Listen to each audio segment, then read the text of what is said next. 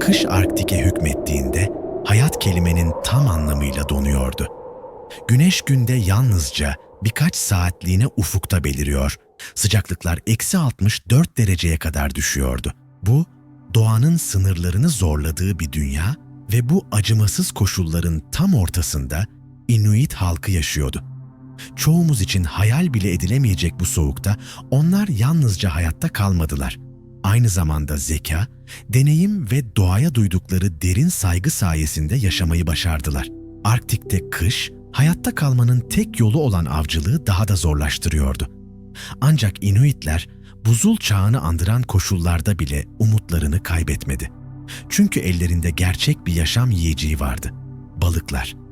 Ve bu balıklar sıradan yöntemlerle değil, ustalıkla yakalanıyordu. Inuitler buz balıkçılığı sanatında adeta birer usta gibiydi. Gelişigüzel buzda delikler açmak yerine nehirlerin ve göllerin su altı yapısını çok iyi tanıyor, balıkların kış aylarında toplandığı yerleri neredeyse içgüdüsel olarak biliyorlardı. Modern ekipmanlar olmadan su altındaki derin havuzları ve doğal setleri tespit edebiliyorlardı. Bu iş için Toke adı verilen devasa bir buz keskisi kullanıyorlardı. Yaklaşık 2 metre kalınlığındaki buzu delecek kadar güçlüydü. Fakat burada zekice bir ayrıntı vardı. Büyük ve enerjiyi boşa harcayan delikler yerine sadece 20 ile 25 santimetre genişliğinde balığın geçebileceği kadar küçük delikler açıyorlardı. Bu sayede hem enerjilerini koruyorlar hem de deliğin hızlıca donmasını engelliyorlardı. Kışın her şeyin durduğunu sanırız ama aslında balıklar su altında hala oldukça aktiftir. Inuitler bunu biliyor ve balıkların davranışlarını gelgit hareketleri ve ayın evreleriyle birlikte okuyarak avlanma zamanlarını buna göre ayarlıyorlardı. Bu taktik öylesine başarılıydı ki verimli tek bir balık deliklerinden bir aileyi bir hafta boyunca doyuracak kadar balık çıkabiliyordu. Özellikle Arktik alabalığı başlıca av türlerinden biriydi. Kilogram başına yaklaşık 2200 kalori içeriyor, bol miktarda omega-3 yağ asitleri ve D vitamini sağlıyordu. Peki, bu balıklar nasıl yakalanıyordu? Aslında kullandıkları araçlar son derece basitti. Kemik veya fil dişinden oyulmuş geleneksel kancalar, senu adı verilen iplerle birleştirilir ve yemin yutulmasıyla birlikte balığın boğazına yan dönerek onu yakalardı. Bugün hala bazı yaşlılar bu geleneksel kancaların modern metal kancalardan daha iyi iş gördüğünü söylüyor. En azından buzun içine düştüğünde paslanmıyor. Inuitler genellikle grup halinde balık tutarlardı. Biri delikleri kontrol ederken diğerleri yakındaki barınaklarda sıcak kalırdı. Başarılı bir buz balıkçılığı noktası adeta bir hazine gibi korunur, nesiller boyunca aile sırrı olarak aktarılırdı. Çünkü Arktik kışında balığın nerede olduğunu bilmek bir avcı için sadece şans değil, hayatın ta kendisiydi. Ama elbette avlamak yetmezdi. Yiyeceği korumak da en az avlamak kadar önemliydi. Doğa onlara dünyanın en büyük doğal dondurucusunu sunmuştu. Ama bu avantaj pek çok riskle birlikte geliyordu. Çünkü bu dondurucu sadece insanları değil, kilometrelerce öteden yiyecek kokusunu alabilen kutup ayılarını da cezbederdi. Bu yüzden Inuitler yalnızca dondurmakla yetinmeyip, yiyecekleri gizleme ve saklama konusunda da benzersiz teknikler geliştirdiler. Bunlardan belki de en sıra dışı olanı, aygan adı verilen fermente mors eti hazırlığıydı. Bu teknik, mors etinin fok derisinden yapılan torbalara yerleştirilip taşların altına gömülerek aylarca fermente edilmesini içeriyordu. Bugünün damak tadına pek hitap etmese de Arktik'in karanlık kış aylarında taze gıdanın neredeyse hiç bulunmadığı zamanlarda bu yöntem hayati öneme sahipti. Ama yalnızca et değil, sonbaharda toplanan balık yumurtaları da kış diyetinin vazgeçilmez parçalarındandı. Zengin protein ve omega-3 içeren bu yumurtalar özenli kurutma yöntemleriyle aylarca saklanabiliyordu. Aynı şekilde yaz aylarında toplanan meyveler doğal kurutma yöntemleriyle korunur ve kış sofralarına hayati vitaminler katardı. Fakat belki de en etkileyici teknik et kurutmadaki ustalıklarıydı. Et ince şeritler halinde kesilir ve kuru Arktik havası kullanılarak kurutulurdu. Bu yöntem sadece bozulmayı önlemekle kalmaz, etin içindeki besin değerlerini de yoğunlaştırırdı. Özellikle uzun süren kış yolculuklarında bu kurutulmuş etler adeta bir enerji deposu olarak iş görürdü. Tüm bu süreç sadece bireysel değil, bir topluluk çabasıydı. Her aile ferdinin özel bir görevi vardı. Yiyecekler yırtıcılardan uzak ama fırtınalarda ulaşılabilir yerlere saklanırdı. Bu güvenli noktaların bilgisi nesilden nesile aktarılırdı. Bir Inuit büyüğü bir keresinde şakayla karışık şöyle demişti: "Soğuk hava deposunun mucidi biziz." Ve haklıydı. Ama onların versiyonunda soğuk yalnızca korumakla kalmaz.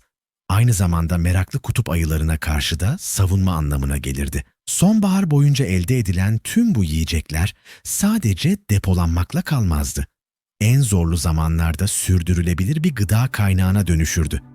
Ve bu koruma yöntemleri Arktik'in acımasız şartlarında Inuit halkına gerçek bir avantaj sağlardı. Ama unutmayalım, Arktik'te hayatta kalmanın esas sırrı kara avcılığıydı. Bu noktada ren geyikleri adeta bir dönüm noktasıydı. Tek bir başarılı av yaklaşık 70 kilogramdan fazla et sağlayabilir, bu da bir aileyi haftalarca doyurmaya yetebilirdi. Ancak karanlık kış aylarında bu büyük sürülerin izini sürmek modern cihazları utandıracak kadar hassas bir beceri gerektirirdi. Inuitler karda bıraktıkları toynak izlerini, kırılmış dalları hatta kopmuş ipleri okuyarak ren geyiklerinin izini sürerdi. Ayrıca geyiklerin karı eşeleyerek yiyeceğe ulaşma alışkanlıkları, arkalarında bıraktıkları karakteristik krater izleri sayesinde onları düşük görüş koşullarında bile izlemeyi mümkün kılardı. Ama elbette tüm umutlar bu büyük avlara bağlanmazdı.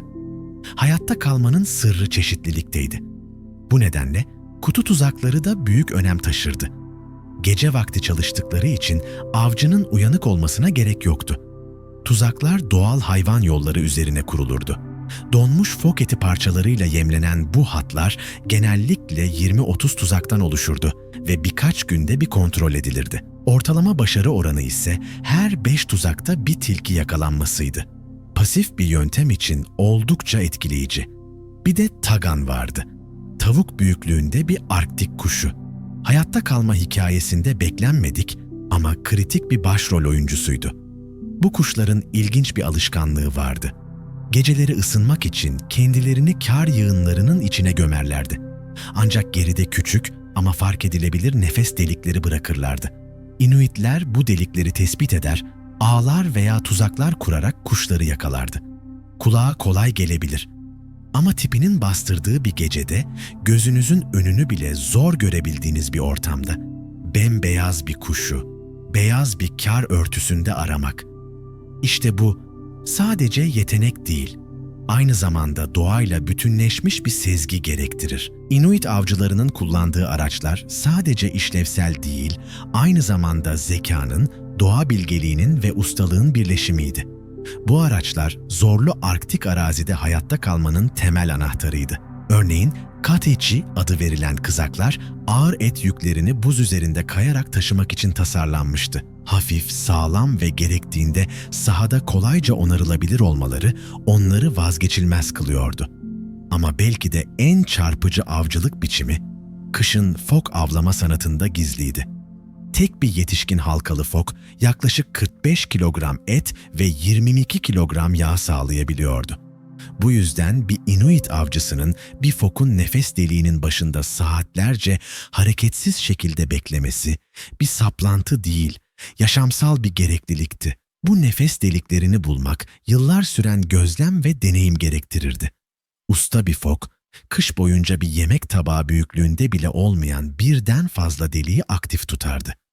Inuitler, karın yapısındaki hafif bir yükseltiyi, buzdaki çatlamayı veya ince bir buhar çıkışını gözlemleyerek bu noktaları belirlerdi. Beklemek bu avın en zorlu kısmıydı. Bazen saatlerce kıpırdamadan kalınır, bir fokun yüzeye çıkarken çıkardığı ses beklenirdi. Avcılar sadece işitme duyularına değil, çevresel ipuçlarına da güvenirlerdi. Deliğin yakınına yerleştirilen bir kutup ayısı kürkü, Yaklaşan bir fokun nefesiyle hafifçe titrerdi. Bu, yüzeye çıkmadan saniyeler önce avcıya uyarı verirdi. Ve tabii ki av aletleri de özel olarak bu av için tasarlanmıştı. Unar adı verilen geleneksel zıpkın, ucunda misinaya bağlı çıkarılabilir bir başlık taşıyordu. Foka saplandığında başlık fokun derisinin altında kalarak zıpkın şaftının serbestçe yüzmesini sağlardı. Böylece avın buz altına kaçması engellenirdi. Tüm bu çabanın karşılığı ise muazzamdı. Fok eti kilogram başına yaklaşık 2600 kalori sağlar. Ancak en etkileyici olan fok yağının enerji yoğunluğuydu. 1 kilogramı 9000 kaloriden fazla enerji içerir. Arktik soğuklarında sadece vücut sıcaklığını korumak için bir insanın günlük 6000 kaloriye kadar enerjiye ihtiyacı olabilir. Bu yüzden bu yağlar kelimenin tam anlamıyla yaşamla ölüm arasındaki farkı belirlerdi. Fok etinin besin değeri de şaşırtıcıydı. Demir ve B vitaminleri açısından zengindi.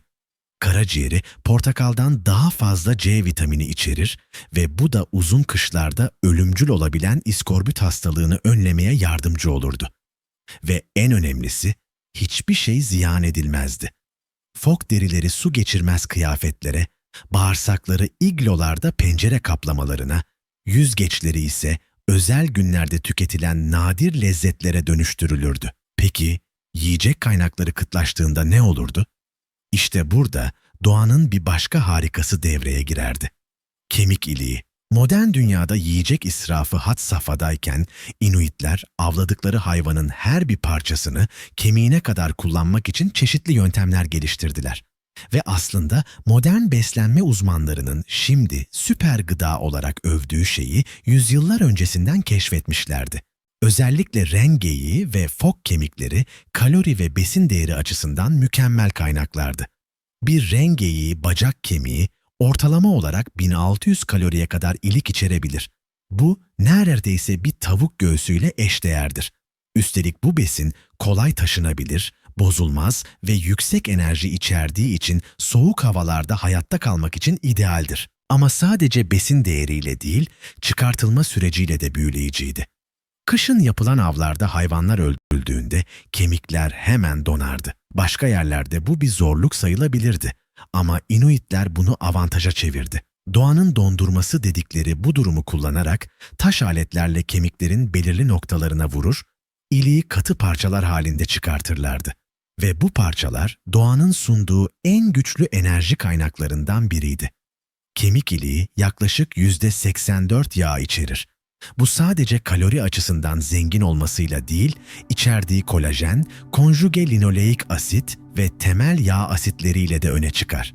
Modern bilim, Inuitlerin nesiller boyunca bildiği şeyi şimdi yeni doğruluyor. İlik bağışıklığı güçlendirir, iltihabı azaltır ve bedeni onarır. Ama iş burada da bitmiyor. Inuitler zorlu koşullar altında kemik iliğini saklamak için de dahice yöntemler geliştirmişti. Derin karlara gömülen kemikler adeta doğal derin donduruculara dönüşürdü. Bu gizli saklama alanları dikkatle işaretlenirdi ve bazen şiddetli fırtınalar günlerce avlanmayı imkansız hale getirdiğinde o saklanan kemikler hayatta kalmanın tek yolu olurdu. Bir avcının şu sözü durumu özetliyordu. Fırtına bizi günlerce içeri kilitlediğinde hangi kemiğin nerede saklı olduğunu bilmek açlıkla hayatta kalmak arasındaki farktı. Hatta kemik iliği çıkarmak için özel aletler bile geliştirdiler. İnce uçlu kemik kazmalar iliğin derinlerine ulaşacak şekilde şekillendirilmişti. Her kalori sayıldığında tek bir parçayı bile geride bırakmak kabul edilemezdi. Çünkü bu dünyada besin israfı sadece kayıp değil, ölümle eş anlamlıydı. Ama Inuitlerin hayatta kalma başarısı sadece bireysel becerilerle değil, Ningituk kavramıyla yani paylaşmanın sanatıyla güçleniyordu. Bir avı paylaşmak sadece cömertlik göstergesi değil, karmaşık, yaşamsal bir sosyal sistemin parçasıydı. Hayal edin, bir avcı bir gün 200 kiloluk bir mors yakalıyor. Yalnızca kendi ailesi için saklaması hem ayıplanırdı hem de nesillerin deneyimine aykırı olurdu. Çünkü hayatta kalmak yalnızca bireysel değil, kolektif bir çabadır. Paylaşım sistemi öylesine detaylıydı ki avın parçaları topluluğun farklı bireylerine göre bölüştürülürdü. Yaşlılar önce en iyi parçaları alırdı. Sadece yaşlarına saygıdan değil, bilgelikleri, rehberlikleri ve toplumun devamlılığına olan katkıları nedeniyle. Özellikle genç avcılar için bu gelenek ayrı bir önem taşırdı. İlk başarılı avlarında avın tamamı topluluğa dağıtılırdı. Bu ilk bakışta mantıksız gibi görünebilir. Bir genç neden emeğinin karşılığını kendine saklamasın? Ama bu gelenek birden fazla amaca hizmet ediyordu. Onlara cömertliği, topluluğun önemini ve birlikte yaşamanın gerekliliğini öğretiyordu. Bu sayede toplum içindeki yerlerini güçlendiriyor, sosyal bağları kuvvetlendiriyorlardı. Sonuçta Arktik'te tek başına yaşam yoktu. Ya hayatta birlikte kalınırdı ya da hiç kalınmazdı. Topluluk yalnızca sosyal değil, bizzat hayatta kalmayı sağlayan dağıtılmış bir dondurucu sistemiydi. Her aile bir avdan gelen eti saklar, korur ve gerektiğinde paylaşırdı. Bu sistem sadece yemeğin değil, bilginin de paylaşılmasıyla işlerdi. Av noktaları, balık yolları, hayvan hareketleri, her detay toplulukça daha fazla yaşam demekti. Ve tüm bunlar, mükemmel tasarlanmış geleneksel ekipmanlar ve doğanın sesini duymayı bilen insanlar sayesinde mümkün oldu. Ulu bıçağından çok parçalı zıpkınlara. Her araç hayatta kalmak için tasarlanmıştı. Günümüz modern avcıları 75 libre ekipmanla dolaşırken Inuitler yalnızca 35 libreyle bunu başarıyordu.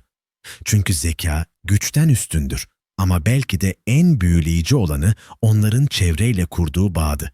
Inuitler kar için 50'den fazla farklı kelime geliştirdi. Sadece kelimeler değil, anlamlardı bu. Her biri çevrenin ruhunu anlamanın ve aktarmanın bir yoluydu. Gecenin karanlığında, fırtınanın ortasında sadece yüzlerine çarpan karı hissederek yön bulabiliyorlardı. Çünkü doğa her zaman konuşuyordu ve Inuitler onun dilini öğrenmişti. Inuitlerin dünyasında hiçbir şey israf edilmez, hiçbir bilgi gizlenmez, hiçbir başarı tek başına kutlanmaz. Onların hayatta kalma becerisi sadece fiziksel dayanıklılık değil, kolektif bilgelik, doğaya saygı ve paylaşmanın kutsallığıyla örülmüş bir yaşam felsefesidir. Belki de bu yüzden buzun içinde geçen binlerce yıl boyunca dimdik ayakta kaldılar. Çünkü onlar sadece hayatta kalmayı değil, birlikte yaşamayı da öğrendiler.